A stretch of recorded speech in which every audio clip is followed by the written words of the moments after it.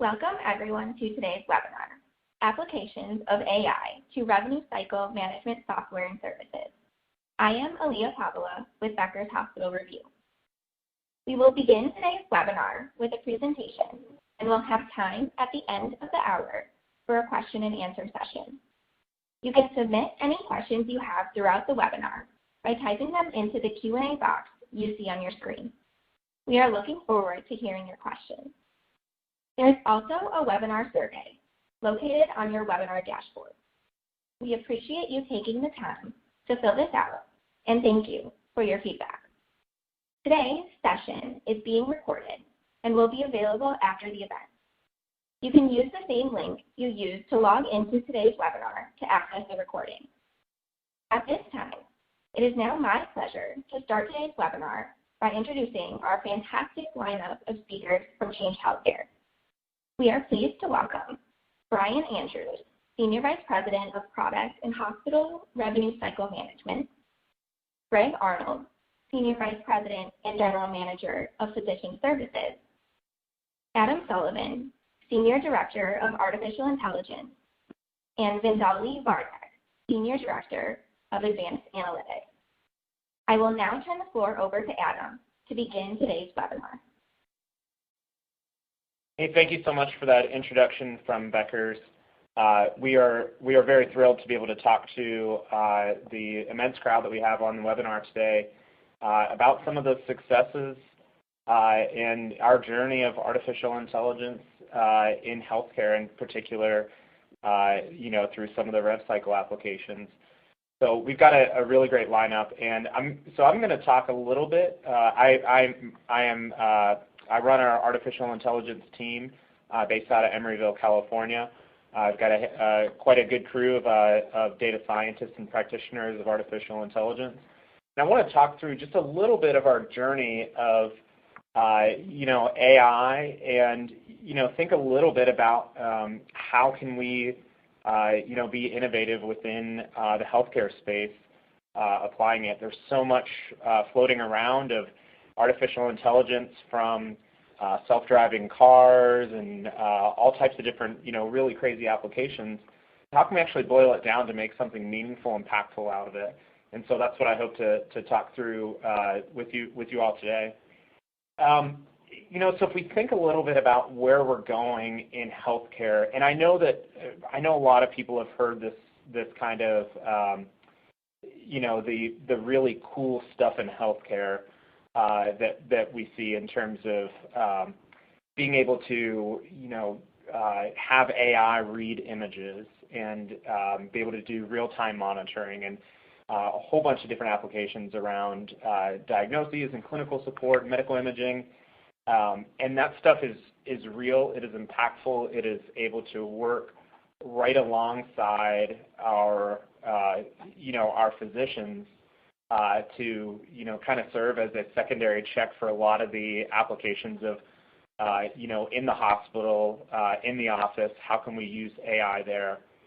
But whenever we take a step back in terms of that medical intelligence, there's a lot under the hood whenever we think of precision medicine, personalized treatment plans, clinical trials, where the interaction, directly with the patient or directly with the physician, the workflow starts to change a little bit in terms of, kind of where we're, how we can leverage AI within different applications, but still be meaningful, impactful to, the overall healthcare system. It's kind of blending the line between direct patient and physician interaction with maybe some optimizations that happen a little bit more on the back end. Where, within Change Healthcare in particular, but, we're one of the places that we see a lot of potential for, overall disruption leveraging artificial intelligence, are things that are basically taking on those tasks that, frankly, humans don't really want to be in the business of. In terms of doing simple things like identifying who should we even call, making our providing the checks directly in our systems of EHR vendors and those types of things, where we can apply AI, where the impact is maybe isn't necessarily the front page of the news, where we're seeing some really impactful things around imaging and those types of things. But let's not make a payment error. Let's reduce the denials. There's a lot of things that we can do that can get our nurses and physicians out of the technology and back into the working with their patients. So we do take it seriously, and we think that there's as you start to kind of dig in, there are a lot of opportunities along the way. In terms of the market research, it's a really interesting statistic, and we love to talk about this. 94% of companies are firm believers that AI is going to deliver a massive competitive advantage. And on the flip side of that, less than 5%, 1 in 20, have extensively incorporated AI into their offerings and processes. There's a lot of reasons for that, and we'll get to some of those in a minute. But it's leveraging AI. It kind of depends on how far you want to get into it, and sometimes you need to boil the ocean, and sometimes you can do a lot of things with a lot of impact with kind of even the most simplest of models or simplest of ideas. So there is a barrier to entry, but there's also a lot of ways that we've kind of found that you can really minimize that barrier to entry and start adopting AI very rapidly and quickly along the way. So, like I said, it's a very interesting statistic of everyone is a believer, but it's so hard to enter the market. We see a lot of this with any new emerging technology, and the more we can, artificial intelligence requires a lot of data to move things along, and so the more we can think about bringing more people along along the road for the journey, the more we can pull into leveraging across each other with different data and different types of elements to be able to have a meaningful impact in ways that we haven't been able to do before. I know these type of thinking about for us, and I doubt that anybody on the webinar finds any of this surprising, but within the United States, about 1/3 of our healthcare spending is wasted, and if the average U.S. healthcare spend per person in 2014 is $9,700, we can expect $2,900 of that to be faced in waste. And whenever we start to look down some of these issues, unnecessary service, excess administration cost, inefficient care delivery, inflated prices, fraud, preventative failures, these are all the reason why this view is important, because whenever you start to kind of mind map out where can we apply AI, everyone, we can say very broadly, okay, we're going to apply AI to, reduce the overall spend of the U.S. healthcare system. But you need to, dig into that, kind of peel the onion layer back. And whenever we think about fraud, we think about inflated prices. If you have the data and you have a way to effectively identify the pathway to be able to make change, then some of these problems become a little bit easier to solve whenever we think about unnecessary services, inefficient care delivery. These, whenever they're kind of framed in this way, we can state problems that we want to solve using AI and tackle these particular areas. So, as you think about artificial intelligence, you need a place to start. You need to have a problem statement. But then as you start to kind of, dig into it, there are a lot of ways to deliver some very quick, quick strikes along the way. And some of our moderators today will talk through some more specific applications of those as we go through. For us within Change Healthcare, and we're digging, we're giving away a little bit of our path of what we're trying to do. We have built out a set of artificial intelligence solutions that aim to tackle the claims lifecycle management experience, helping to identify when claims should be denied, when they shouldn't be denied, and doing that in a way that if you're a mid-sized hospital or a small-sized rev cycle facilitator in any area, the ability to drive, to build, you need a lot of data to build, a lot of times to build different types of models out. And so the more we can do to provide artificial intelligence in a way that scales back to many different hospitals, many different physician offices, whatever it might be.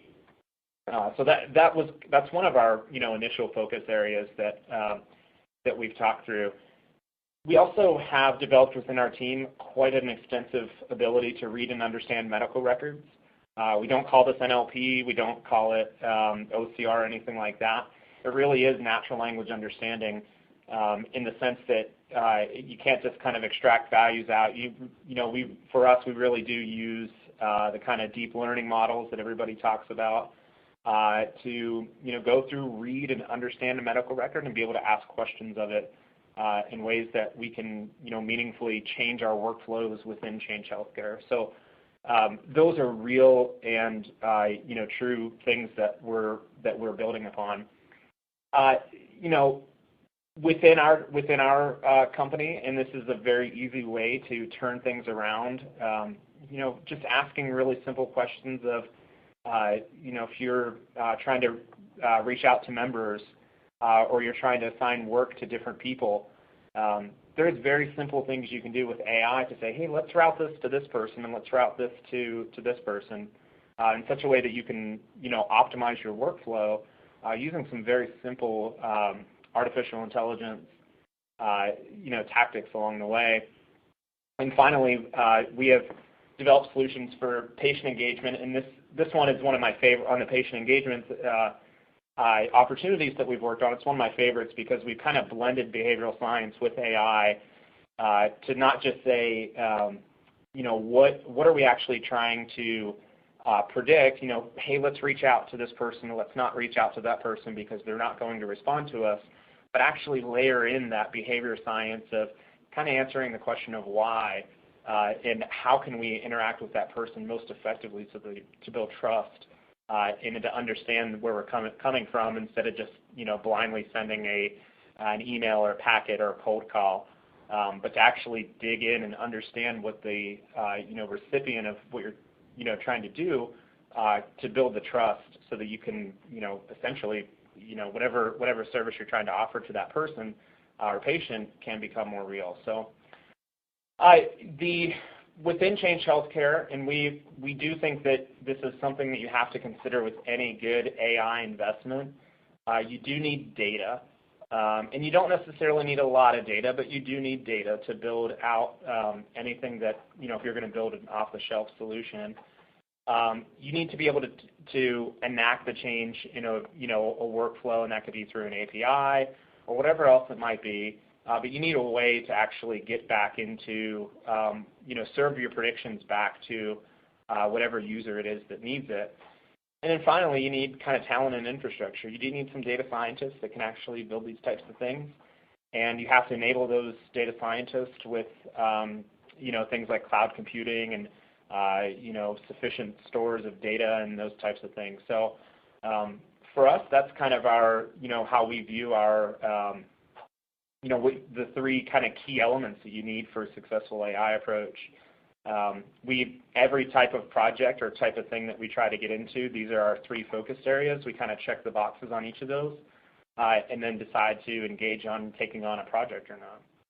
So hopefully this is a very gentle introduction to kind of, where we are. And the really exciting thing about our upcoming moderators is that this isn't a theoretical exercise. This isn't a future case, future state of AI. This is real. These are real things that are happening. And it'll be fun for the team to walk you through the journey of some of that. So with all that being said, I do want to introduce Brian Andrews. He's going to talk a little bit about how we apply some of that AI directly back into to help identify denial. So Brian? Thanks, Adam. Thanks for that introduction. And good afternoon, everyone. Glad to be here talking to you today about one of our primary use cases of how we plan to apply AI to revenue cycle management, and that's around denials. As Adam said earlier, one of the key things that as we partner with our AI team as product folks, we come up with problem statements. And it's probably by no surprise to any of you, one of our key problem statements we came up with early on was, how do we help better solve this problem of denials? A problem that really is a revenue and cost problem for all of our healthcare customers.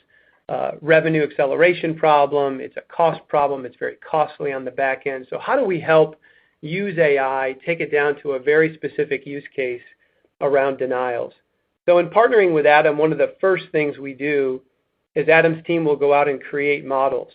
And those models are then measured to see how accurate can we be at predicting something that could be of value. And so what you see on the right is a chart that I don't expect to go through by any means. It's a bit of an eye chart here for this presentation. But it is important to note that we take this very seriously in terms of, are our AI models doing what they're supposed to do with a high degree of accuracy and precision? And so what you see on the right, the dotted line would be just a flip of a coin, a random prediction. And each one of these lines then is measuring how successful, how accurate are we at predicting various reasons that a claim will deny. And so the steeper that line, the more accurate our models. And so we got pretty excited when we looked at this together and said, okay, we've got something here. We are able to predict that a claim will deny pre-submission. And so you see in there the percentages or some scores that would range pretty high. I don't know, Adam, if you want to chime in on some of those specifics about an analogy of what some of those scores might mean. Yeah, Brian. I wanted to mention that these are how we view our results within artificial intelligence. And this particular type of, it's a trade-off between a true positive rate and a false positive rate. And without getting too much into the weeds, we generally think of, modern-day breast cancer diagnoses as, having area, the AUCs, those kind of scores you see of 0.7. To be an efficient self-driving car, you need to be, above the 0.9s. And so for us to be able to, identify a denial because of medical necessity with that score of 0.95 is pretty good. And, as Brian said, we're pretty excited to see some of those results come out. This is, like I said, this is real. These are as you kind of think of how other predictions work, the ability to think about those kind of analogies of where do they fit in there is important. So, thanks, Adam. So from the accuracy of the model, we then get excited about how do we now build this from just a model that can do some great things from a prediction standpoint into a use case that drives real results for our customers. And so our thought process was pretty obvious. If we can predict that a claim is going to deny and build that into the workflow and process from a revenue cycle management standpoint pre-submission, we can impact denial rates materially and reduce cost of appeals on the back end. I thought it would be important to talk through, are you all seeing the slide that has, let me click through this. Now that's a little bit better. I thought it would be important to talk through when we talk about building models and building them off of a robust data set, to double click on that just a minute and make that a little bit real. So at Change Healthcare, one of the advantages we have is a robust data set of claims and payment information. And so with that, our AI models were trained on 500 million service lines that really come from 205 million claims that make up $268 billion in charges. And so suffice to say, it's a lot of data that we were able to put forth and use to train our models to be predictive as it relates to denials. And in doing that, we made some observations of the data. There's a significant percentage, in this case 23%, north of 23%, of those services lines that were denied that represented over $62 billion in charges. And so then, applying the claims lifecycle AI model, we were able to identify and flag pre-submission 35% on average of those denials, or $6.2 billion in forecasted allowed amounts, which is a significant material number. Now, I will make a quick note that 35% is an average. It has a pretty wide range. If your health system or hospital has a different composition or different challenges with denials, we've seen those numbers get as high as 65 to 70% of those denials that we're able to identify and flag pre-submission, which of course is what we think is the key to really driving this denial rate down and making a significant impact to this problem. So from building a model that's accurate, building it off of a robust data set, now our challenge is how do we get that into a process or into a workflow where our customers can take advantage of this intelligence? And so I've mentioned the different Change Healthcare assets that we were able to leverage before to get to the point where we had a model that we could use. One of the things I haven't mentioned yet is the fact that we have a workflow tool called Assurance Reimbursement Manager. And so where we got really excited was, all right, now we've been able to accurately prove that we can build a model using artificial intelligence that will predict that a claim is going to deny with a high degree of accuracy. Now let's build it into the workflow so it can be usable for our customers. And so that's exactly what we did. And we introduced that now as denial propensity scoring. So our customers now, with our claims workflow solution, can actually see that a claim is going to deny and what that likelihood is to deny, and then give them an indication of the reason that that claim is going to deny so we can help point them towards action. So that's what gets me excited. I know that's what gets us excited, is when we can bring these worlds together of the various assets that we have, the artificial intelligence talent, building a model, and then building into our workflow tool so our customers can take action towards solving this problem. Last slide for me on this solution is just a screenshot from the tool to give you a little bit more of an insight as to how this works. But the users of our Assurance Reimbursement Manager tool will be presented with information about this claim. This is all happening pre-submission. Think about it like an enhanced edit, if you will, where in this particular example, you can see that our AI tool is coming back and telling us that this claim has a very high likelihood, in this case, a propensity of 90% to deny, and it gives the user some really heads-up information about what the model has predicted would be the top reasons that this claim is highly likely to deny. So the intent, of course, is those actions would be taken pre-submission, and not only will that then prevent the denial on the back end, but we believe that the actions taken on the front end are significantly less costly than what would be an appeal on the back end of this claim getting denied. So hopefully that gives you a little bit of our story and of our solution to take our AI model and apply it to the problem of denials, build it into our workflow tool we call Assurance Reimbursement Manager, and bring it to our customers for action.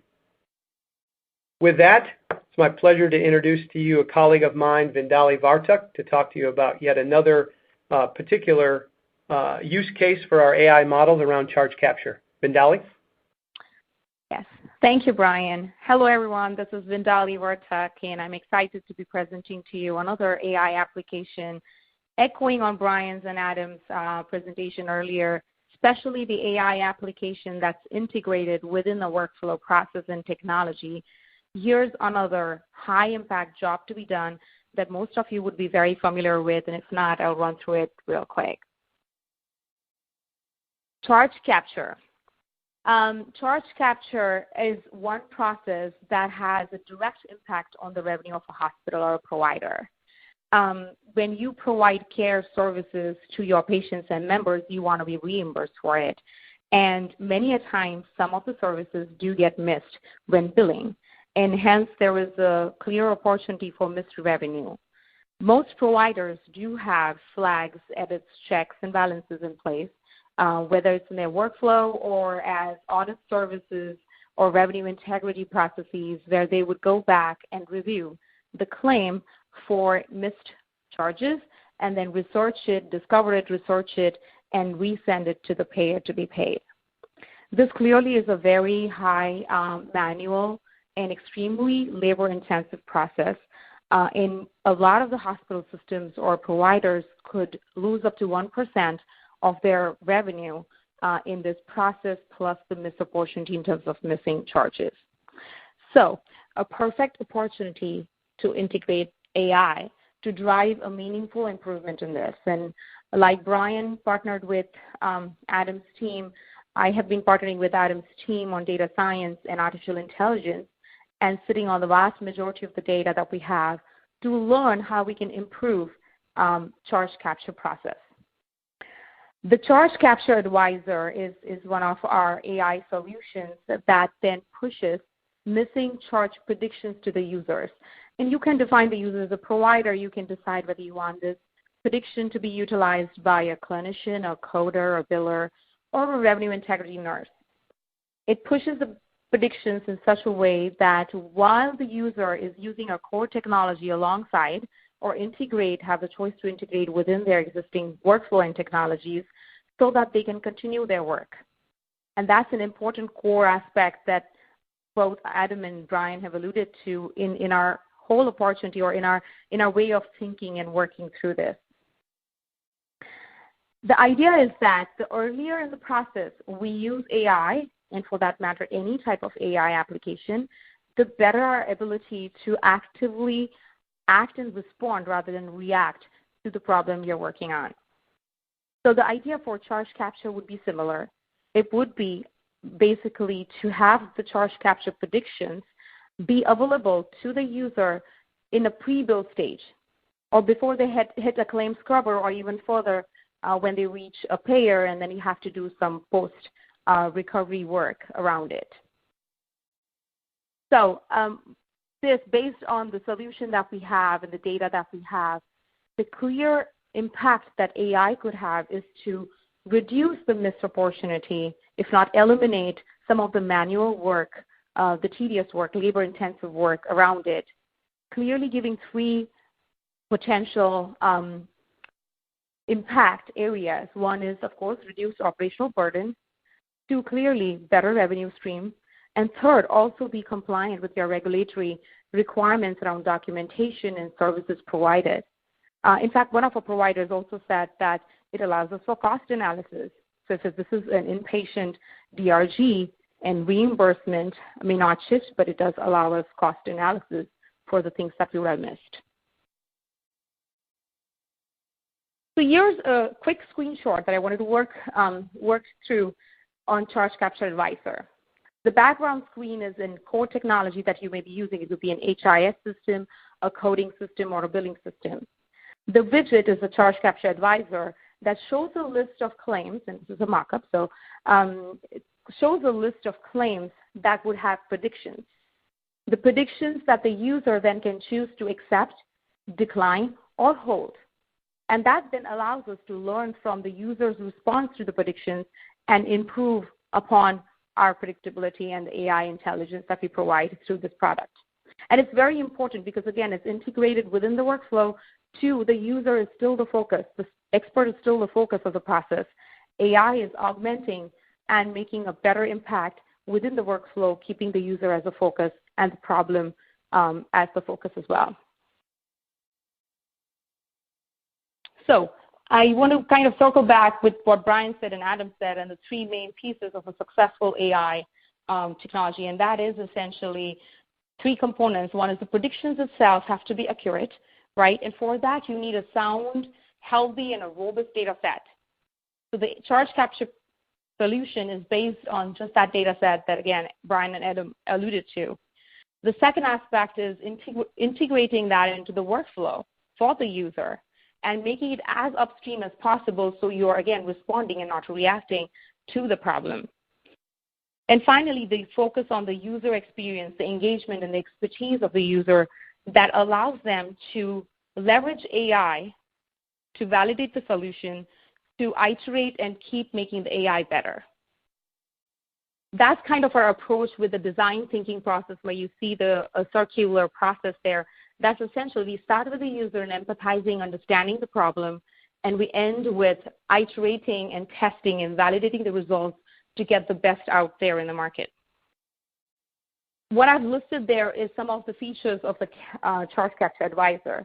In addition to be able to provide predictions to the user, which is a biller coder, the Charge Capture Advisor also allows for analytics that's related to the performance of the tool, the performance of the process itself, and allows to see the value proposition in terms of what the missed opportunity would have been absent the Charge Capture Advisor. We've learned through different research and analytics and our customers that this could impact up to 25 to 75 basis points, depending on the size, the scope, the type of facility you are, the type of provider you are, the pre-existing solutions you have in place, the tools and the workflow options. Again, the focus is on robust data sets, making AI better, and the application of AI being better when it's integrated with the workflow and when the user is the focus of the solution. With that in mind, I would shift this to Greg. Greg, over to you.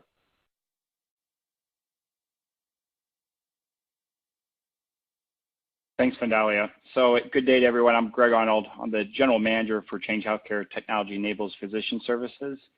And I do work closely with Brian, Adam, and Vandali. And I also want to mention my counterpart, Kelly Blair, who's the GM for our RCM Health System and Hospitals. And together we're focused on adopting technology advancement to increase the value we bring to our customers.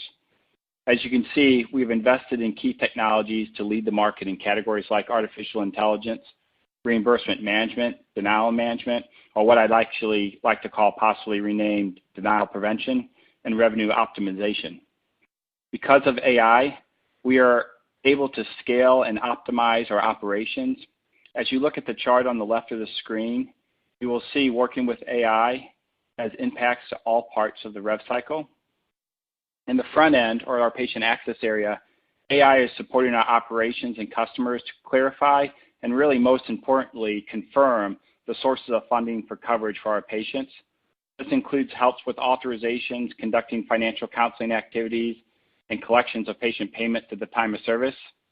At the mid-cycle, AI is helping us to improve coding appropriateness, which we know can be a challenging area for us. And finally, in the back end, as you've heard, we're using AI to understand expected reimbursement through contract modeling and actual claims processing, billing of claims with assurance of payment and prevention of denials even before that claim is sent to the payer. Doing all this right and the use of these innovative tools in the front, middle, and back end achieves our goals of improving cash collections. These technologies have allowed Change Healthcare to build scale and expand our scope of services in both the hospital and physician space. It has allowed our employees and customers to process, code, and most importantly, collect on the revenue for those services. We are making significant efforts on the RCM process automation and AI. These improvements will allow us to demonstrate how we improve on our customers' performance. There's a number of initiatives, and I want to just highlight 3 if I can. The focus here started within our physician space, but is clearly moving towards our hospital base too. Starting in the radiology and EMS coding area, we have invested heavily in automating coding capabilities to help us improve overall performance. We're not talking about complex coding like interventional radiology just yet, but more of what I would consider routine and basic coding, if I'm allowed to say that. We've expanded these learnings from radiology and EMS and going to other less complex areas like general surgery and pathology to use this technology. So using novel methods of deep learning, we're tackling accuracy and timeliness challenges while being compliant within the coding space. We are learning from specific data elements within the actual medical record, even unstructured charts to improve clinical documentation and provide a consistent, and I say it again, a consistent coding approach. This approach has led to increased productivity, improved quality, and consistent coding to reduce what I would call the over and under issues some coders may have. For this focus area, both physicians and hospitals are using this. As you saw early in the presentation, we are leveraging the claims lifecycle AI capabilities within our operational centers as it relates to denial prevention. When a customer is asked, how are we doing to improve their performance, this is one area we highlight to solve the denial challenges. Using the latest or largest data set, we've trained the AI algorithms. These algorithms have been able to identify denials to be flagged pre-submission using AI services. Not only does it review the claim prior to billing, but it scores the likelihood of the appeal success, which allows us and our customers to focus on claims which will pay. This is a proactive approach to managing and preventing denials. Information derived from this tool will enable next steps for automation to further optimize our value. We will use analytics to identify trends for further improvement outcomes by communications with independent resources like payers. And finally, this focus area is within the physician space, but we'll explore and how it will be used within the hospital customer base too, as both are very paper-intensive areas. As it relates to RCM process automation, we are moving the needle on performance through key workflow enhancements such as this. Similar to what we're doing in redefining the coding, we're taking scanned images and ingesting this data to reduce the manual data entry for specific documents. This is reducing the cost of automation and process of paper management and will allow the next step automations in having areas like a central repository for correspondence. I appreciate your time to listen to me and how we have used AI and the results to improve operations and adding value to our customers. I'll turn it back to you, Adam, for the summary and questions and answer session. Awesome. Thank you so much, Greg. So thank you to all of the moderators today that talked through some of the different things that we're doing. And like I said, hopefully, I started out the webinar describing that we're not talking, none of the moderators today talked about theory or future states or what we're going to do in 5 years, but things that we can do today, things that we are doing today within our different, relative areas of Change Healthcare to leverage artificial intelligence. But just in terms of, a high-level summary, these are, hopefully as you've kind of gone through and heard it through our journey of AI, the one central theme to all of these different applications of AI within, healthcare and the rev cycle, obviously education, take time to understand AI and its capabilities to broadly improve RCM functions. That's probably one of the key elements that you start with. Identification, select areas of revenue cycle where AI can be deployed with maximum impact, and we've demonstrated through some of those, some of our thought process of where those are. Selection, find the right specific AI application, solution, or partner to affect change where needed in RCM. And finally, the implementation, train staff, integrate partners, ensure solution is appropriate for your RCM workflow. So, and the implementation is a very essential piece. We talked about being able to sit in the workflow in such a way that you can actually, enact change within your revenue cycle. So, again, with that being said, thank you to all of our moderators. I'm going to toss it back to Beckers to facilitate a question and answer session. Awesome. Thank you, Brian, Greg, Adam, and Vindali for that wonderful presentation. We will now begin today's question and answer session. Please submit any questions you have by typing them into the Q&A box you see on your dashboard. We will get through as many questions as we can. Additionally, you will see a survey on your webinar dashboard. Please take a moment to complete this short survey. Your feedback is appreciated. So we'll get started with the first question. And Brian, I will toss this one to you. One audience member wants to know, can the Assurance Reimbursement Manager be used in both facility and pro fee spaces? Thanks for that question. Yes, good question. Our Assurance Reimbursement Manager solution is and can be deployed for both hospital and ambulatory physician space.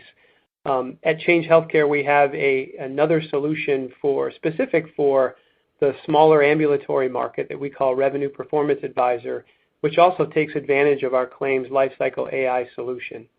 So the answer to that is yes, with some additional information. I hope that's helpful. Great. Thank you so much for clarifying and answering that one. The next question is broad, so I will say any of the panelists and moderators are more than willing to jump in. One audience member asked, what RCM areas represent the greatest area of automation opportunity?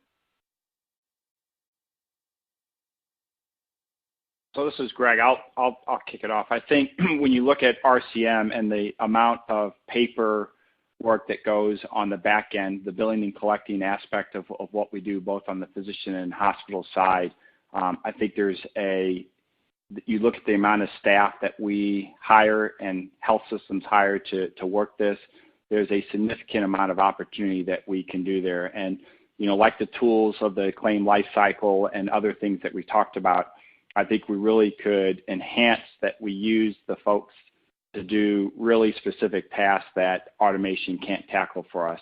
So, I think it starts there. But when you look at the things that we're doing on the front end with automation, from getting eligibility to knowing what to collect with the patient, there's a huge impact there. And then in the mid-cycle, from the coding on what we're trying to do there too. So I think it impacts all. But I think in the back end we probably got some a larger opportunity. But in certainly all areas of rev cycle, do I see an impact that automation or the AI will have.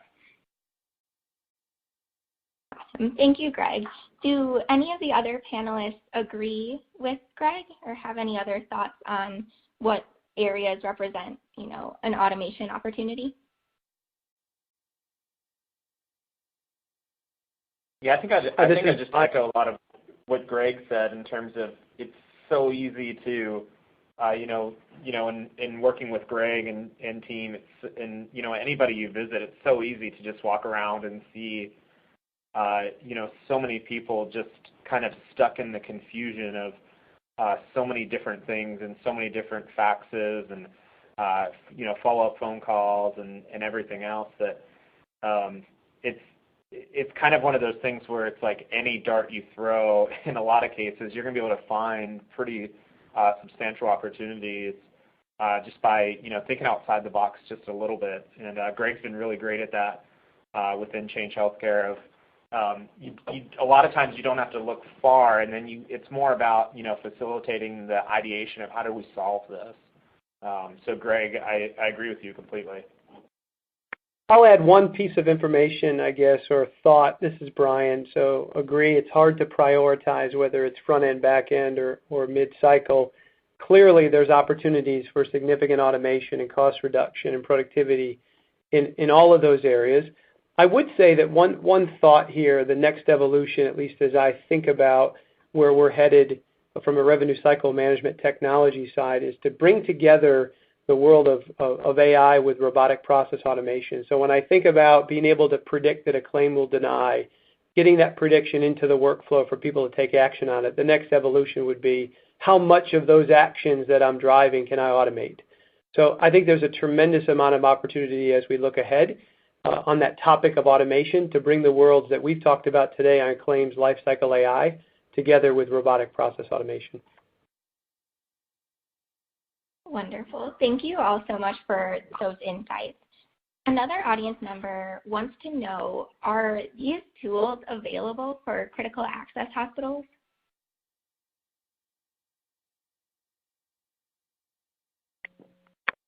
Yeah, I'll jump in and take that one. Similar answer to what I provided before. Yes, our Assurance Reimbursement Management product is available for critical access hospitals. Some critical access hospitals, depending on their size and scope, have also elected to look at our Revenue Performance Advisor suite of revenue cycle management, which, as I mentioned before, geared towards the smaller ambulatory market, but with a full, robust set of revenue cycle management capabilities and integrated with our claims lifecycle AI solution. Perfect. Thanks for clarifying. Another audience member wants to know, what EHRs can the Assurance Reimbursement Management solution be integrated with? Epic, Cerner, and then kind of as a secondary question, they're curious which one it was integrated with in your presentation today. So our assurance tool integrates with all of the major EHRs. We've done integration with both Cerner, Epic, Meditech, and others. There was no particular integration that I showed today in the presentation. That was a screenshot from the assurance tool itself. Awesome. Thank you for clarifying. So the next question that comes from our audience asks, do you see a time when natural language processing in AI will have progressed to the point that it can do coding across the continuum of care? And then if so, how long do you think that will take? So this is Adam, and I'll start the conversation on this one. We've within this kind of journey of artificial intelligence, we started out needing a lot of data to do anything, and that lots of data also required lots of what we call labels or indications of truth. And so, if you're trying to predict whether something's denied or not, we have a label of the claim was paid or it was denied. Within language, it gets a little bit more intricate because you need to have labels on particular parts of speech. And so within a medical record, we actually need to have maybe the whatever sentence is in the narrative of the physician writing out whatever it is, or the lab values that are there. And so the ability to do natural language understanding or deep learning with that is limited because of what there is access to within the records themselves. But whenever you start to lace in some of these other techniques, like unsupervised learning and active learning, where a human is interacting with the machine, this is kind of the next frontier of what a lot of people are trying to roll into. And I think that interaction with humans and AI will actually progress, to this question of can we progress natural language understanding to do coding everywhere. It's going to be that interaction, that back and forth between humans and AI that can solve a lot of these problems. So it's kind of a very intricate, answered question, but we simply don't, there aren't, each sentence of every single encounter is not cataloged to indicate clinical appropriateness, as an example. But as we can develop more solutions that follow that, I think that within a period of a few years, we're going to see that take off as some of these emerging technologies within AI mature. Awesome. Those are really interesting points to consider. Thank you, Adam. The next question, and it's another kind of futuristic question from our audience, and one person wants to know, what is the biggest and or most important area of need that AI, as of right now, isn't really ready for?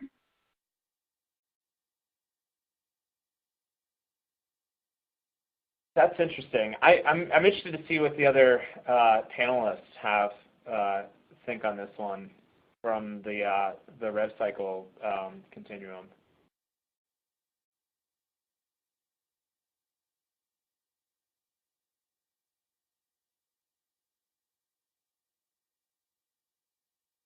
So maybe, Vindali, do you have any thoughts on this?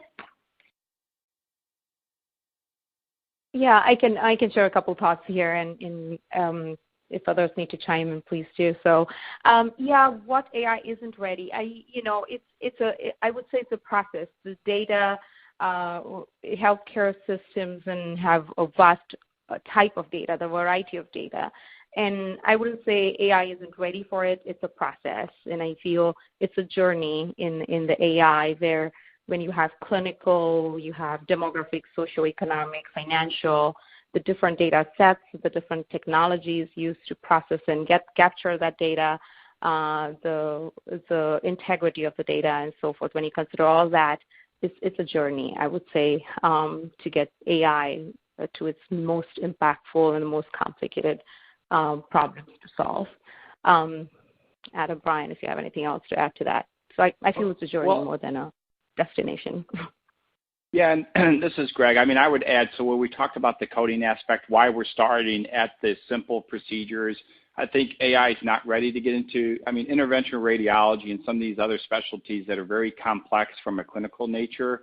I don't know if AI is ready to really help automate that from us from a coding standpoint. So I think it depends on the amount of data that you have access to and then how complex that data needs to be worked and whether or not I feel AI is something that could just jump right and do it, or as you indicated, it's more of a journey in terms of how do you get it to learn from some of the more complex things.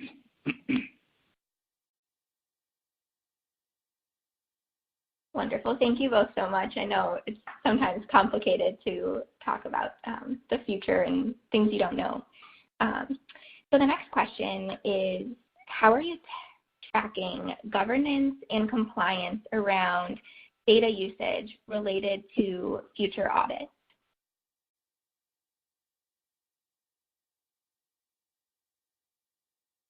I'm not sure if I understand the question in future audits. So I know when we talk about using AI within coding and so forth, we're closely aligned with our compliance officers of the hospitals and even internally to make sure that the algorithm is consistent, that you're not getting, a number that's outside.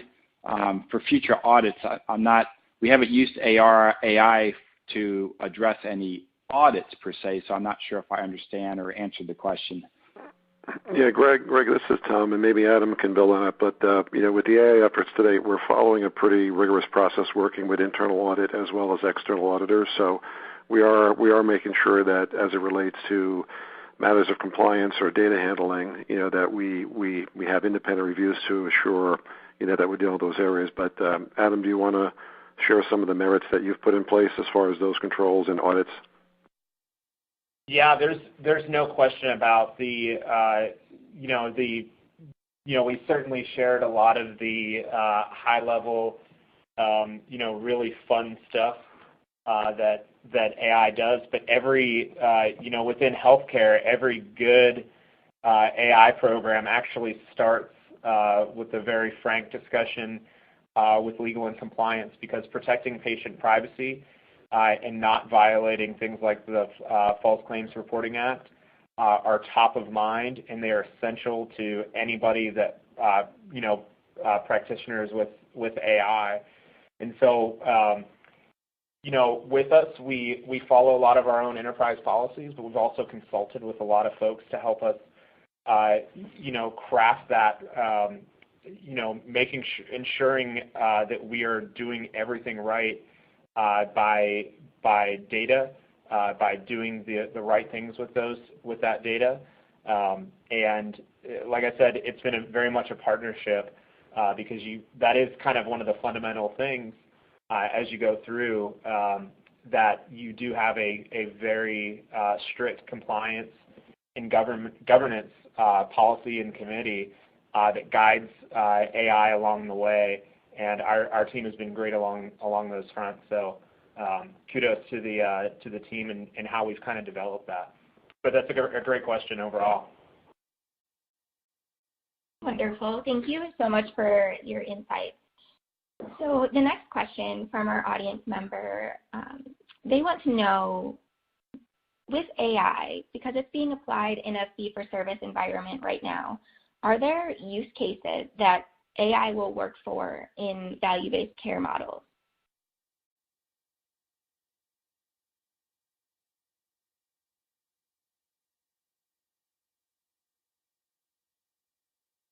Brian, that might be one on your plate.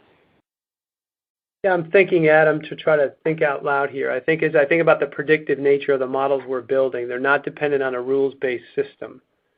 So would most of I think it depends on the amount of data we can gather around value-based care reimbursement that would allow us to apply the same kind of process to building a predictive model to do the same kinds of things. So do you have any other thoughts along those lines, Adam?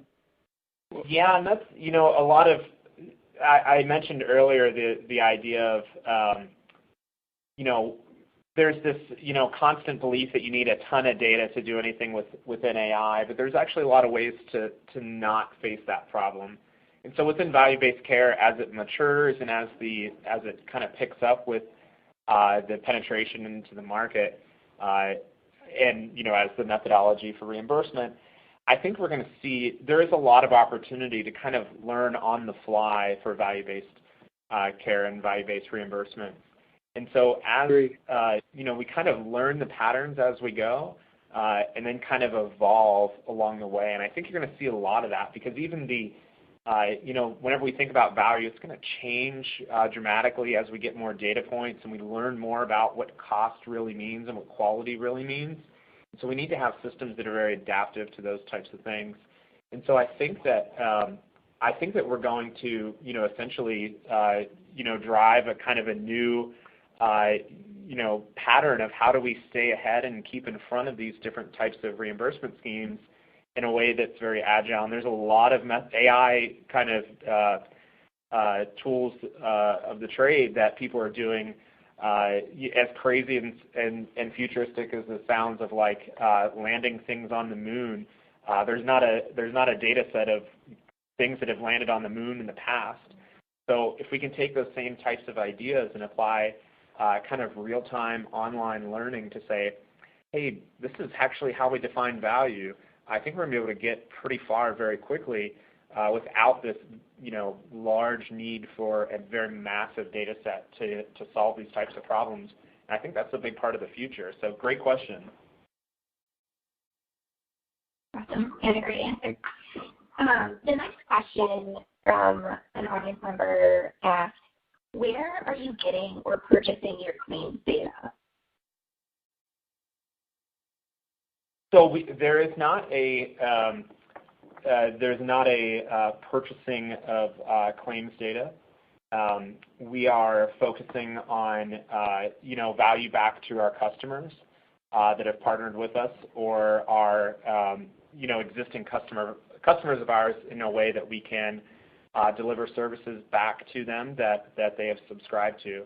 So a lot of our customers within Assurance or the Revenue Performance Advisor, those customers, as they need these services, we take those different types of opportunities back out to the market in terms of trying to predict denials or whatever it is. So it's very much customer focused. Brian, do you have anything else to add on that? No, I was just going to add, Adam, back to your comments about the rigor we put around data use rights. I think that all plays into it as well. But to your point, we're not purchasing claim data. This is making use of claim data that we have. Totally. Great question, though. Wonderful. Yeah, thank you all so much for your great questions today. But that is all we have time for today.